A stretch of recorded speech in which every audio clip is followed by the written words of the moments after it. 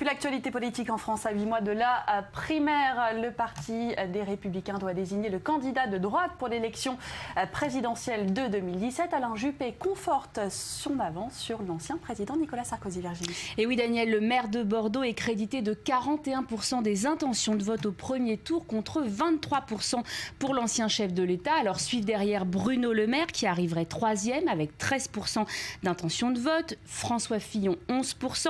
Les autres candidats de la primaire arrivent très loin derrière. 4% d'intentions de vote pour Nathalie Kosciusko-Morizet et 3 petits pourcents pour Nadine Morano et Jean-François Copé.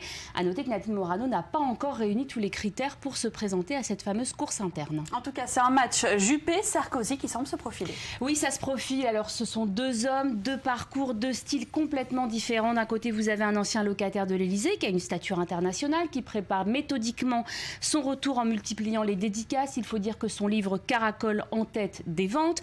À la tribune, Nicolas Sarkozy s'amuse. Il multiplie les boutades à l'adresse de François Hollande. Et de l'autre, vous avez Alain Juppé avec un langage qui est beaucoup moins offensif. On parle de confiance, d'apaisement, de laïcité intelligente.